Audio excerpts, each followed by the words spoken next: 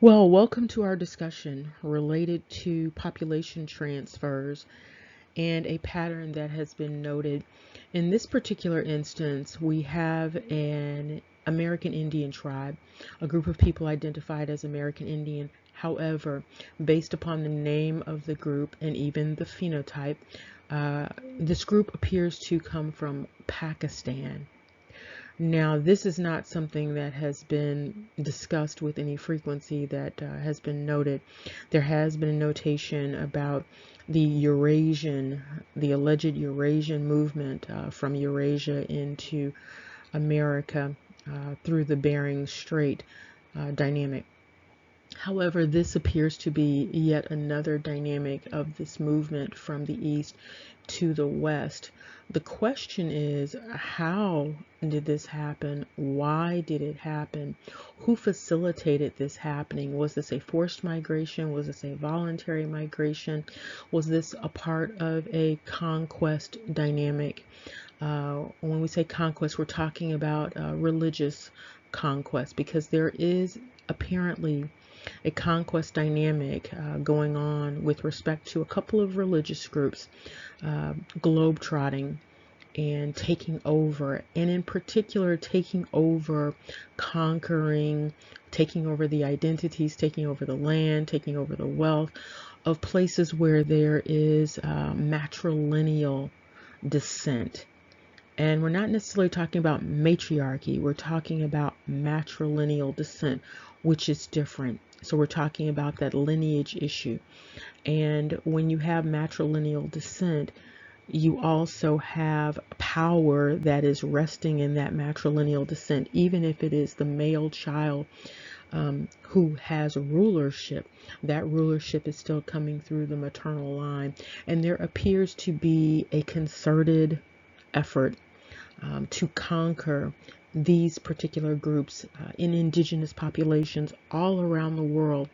And again, it is tied to some religious dynamics. And I'm going to go ahead and say it is tied to those who identify themselves as being connected to Abraham.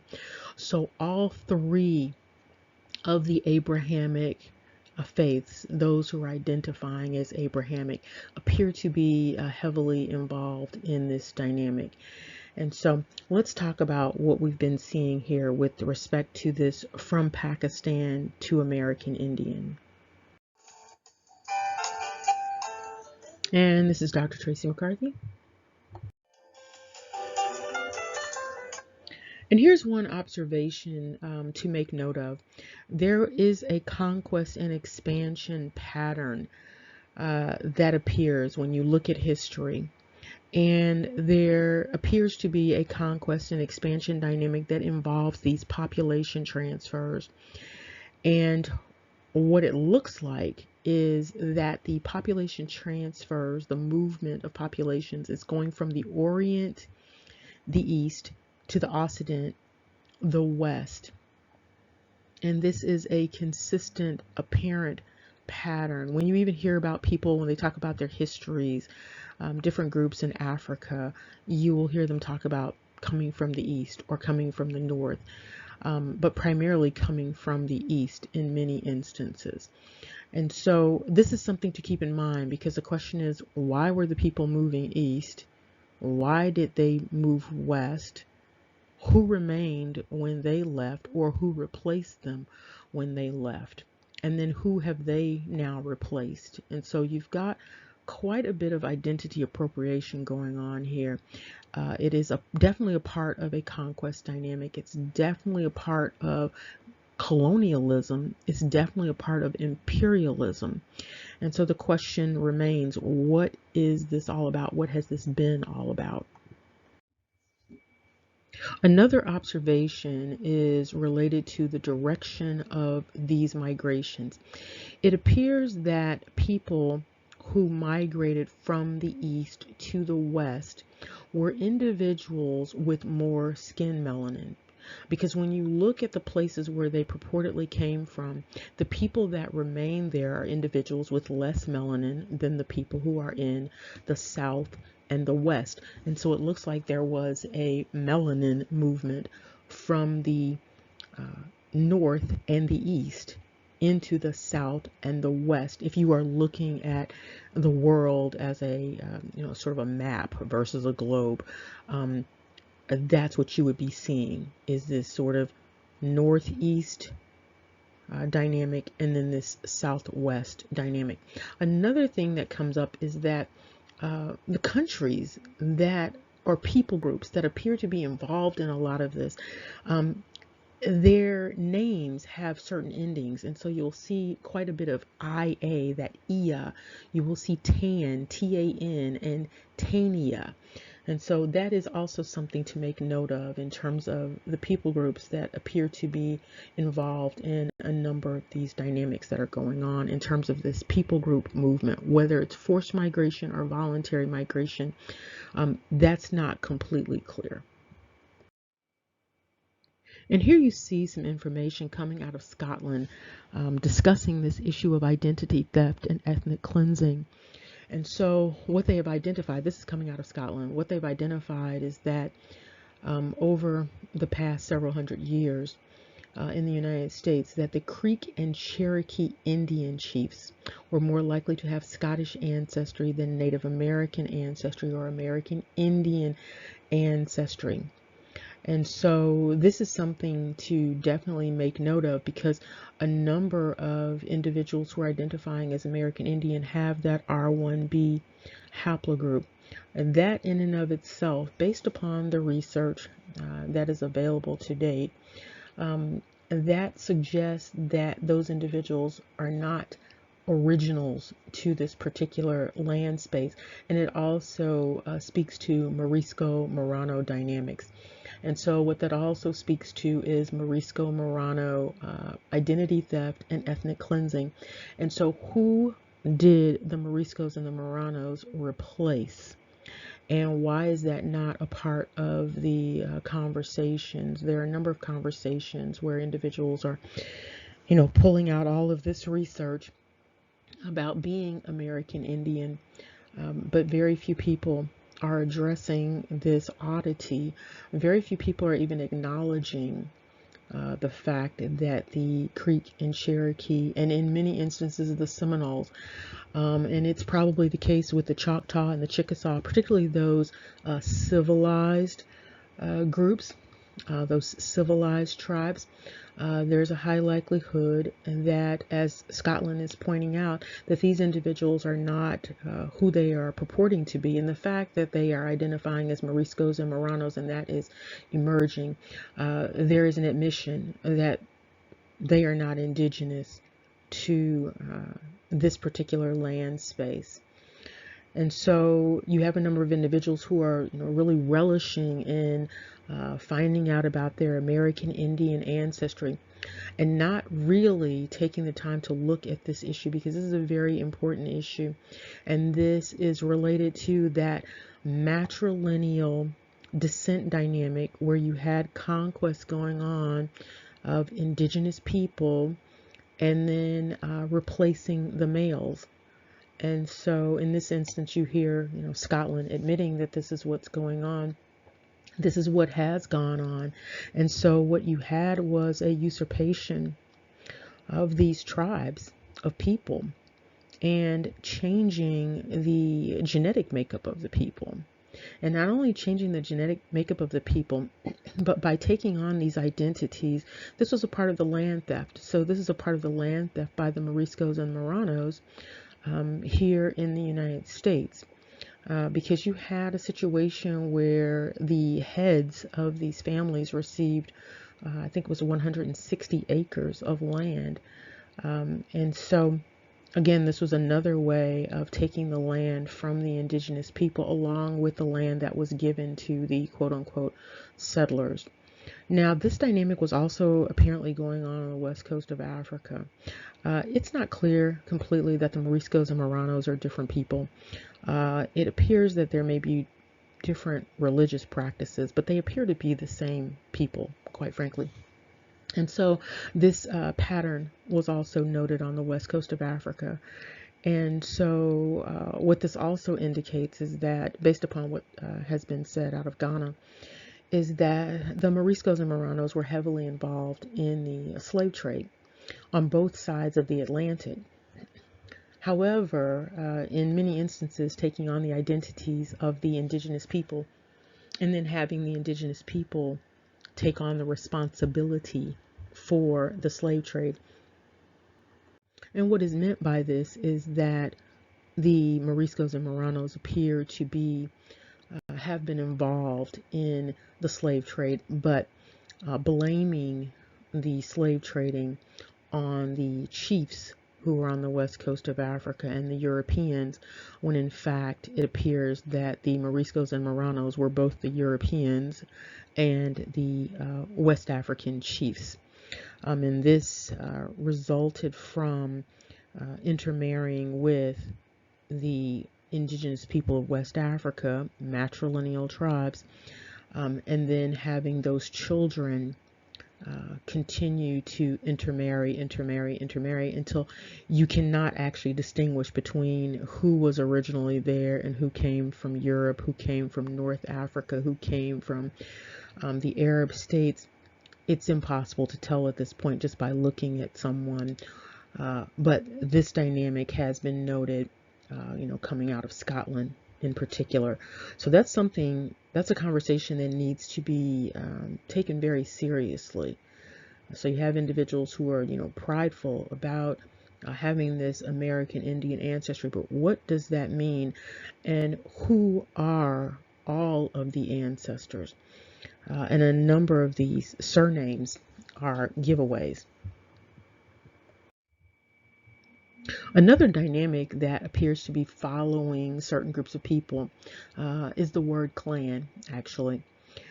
Clan, that word is Gaelic, means family, stock, means children, offspring. And so when you see this particular word used, it is actually a red flag for something that is originating out of Scotland, Ireland.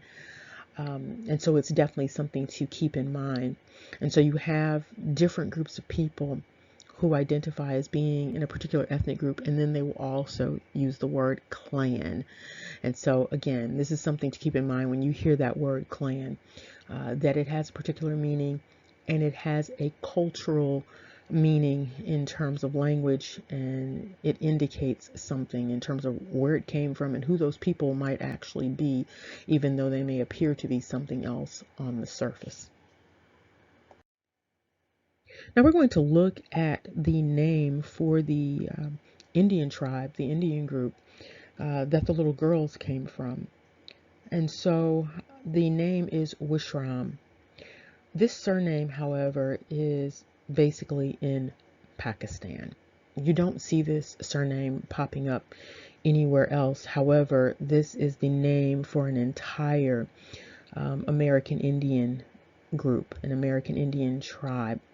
And again, the question is, how did this come about? How did this particular group end up in the Americas identifying as American Indian? And this is just a little map so that you can see the distance from Pakistan all the way into North America, going across the African continent, across the Atlantic Ocean. This is quite a bit of a journey, quite frankly.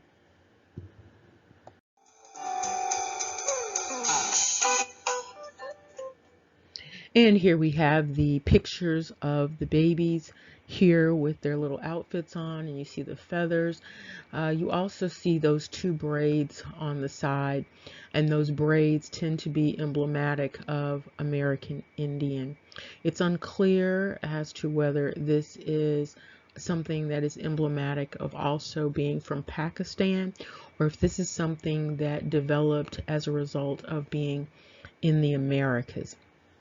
What would be really helpful would be for people of Pakistan with this name and those who are identifying as being of this tribe, if they were to have a conversation and share their narratives about their histories how they came to be wherever they happen to be? Are they understanding themselves as completely being indigenous, sort of sprouting up from that land?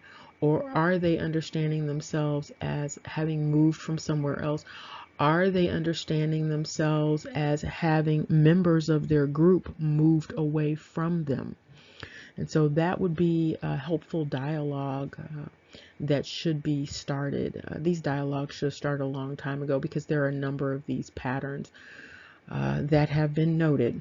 And so that's definitely something to think about. And this is just so that you can get a better look at the little girls, and you can see what their phenotypes are and get a better sense of their phenotypes in terms of skin color, eye shape, nose, lips, and facial structure. You can also see the mannerisms with the babies to get a better understanding of perhaps some cultural dynamics along with their outfits. And this is the name of the dual tribal group. It looks like it's Wasco Wishram. And so, you might want to do a little bit more research on that particular group and see if you find any more information.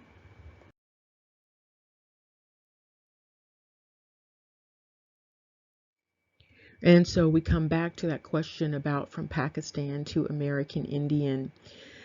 You might also have some instances of from Pakistan to West African. That definitely warrants some investigation. One thing that is noted, however, is that there is a consistent pattern with the Moriscos and Marranos being related to the various groups that keep popping up, at least in terms of genetic makeup, in terms of that Y haplogroup in particular. What would be helpful would be to get a better understanding of the genetic makeup of this particular group of people in terms of the maternal line. That would be noteworthy, because sometimes you're having these disconnects with the maternal lines and the paternal lines, and they don't match up in terms of length of time. And so the female line appears to be much older in many instances than the male line that has been tied to it. Now, what's interesting about this dynamic of these population transfers, you have a lot of people bragging about what they believe their ancestors were doing, and then in some instances attempting to absolve their ancestors of any wrongdoing, at the same time bragging. And so one thing to keep in mind is that what appears to be happening, or what appears to have happened, there's nothing right about it.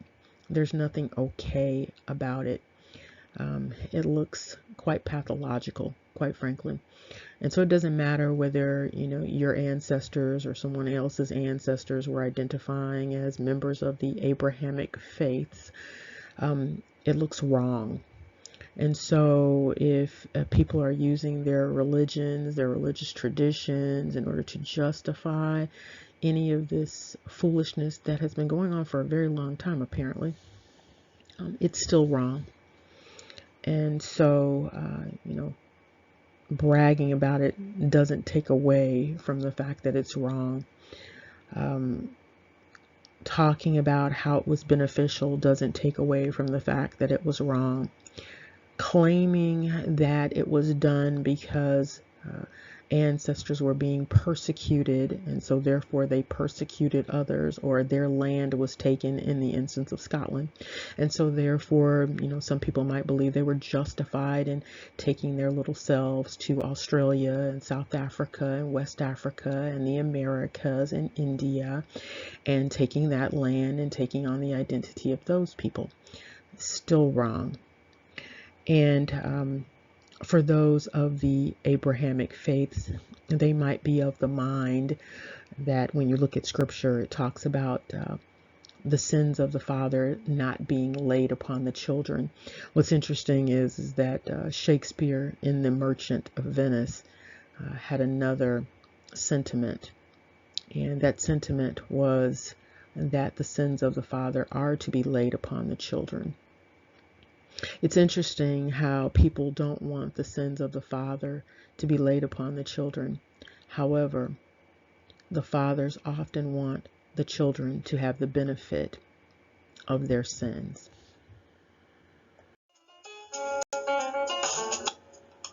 And as this world moves towards more integration and more movement of people, one thing that people should be asking themselves as they move, as they settle into new lands, is, are you where you are supposed to be? Are you in your own land? This is a question to ask yourself, whether you are in Africa, Asia, America, Australia, any of the islands. Are you where you are supposed to be? Is where you are your land? Are you on something that really does not belong to you? Are you on something that was stolen? Are you in a place that is not really your own? And if you are, what are the implications for that? Because clearly, if people are moving around all over the place and displacing the indigenous people and taking on the identities of the indigenous people and denying them their own identity, and we're talking about all over the world here, what is that all about? If people are consciously doing it during this day and age, this is not about ancestors. This is about a conscious dynamic. And when it's done consciously in that manner, it's also very pathological. So it's food for thought. Remember, knowledge is power. Take care. See you soon.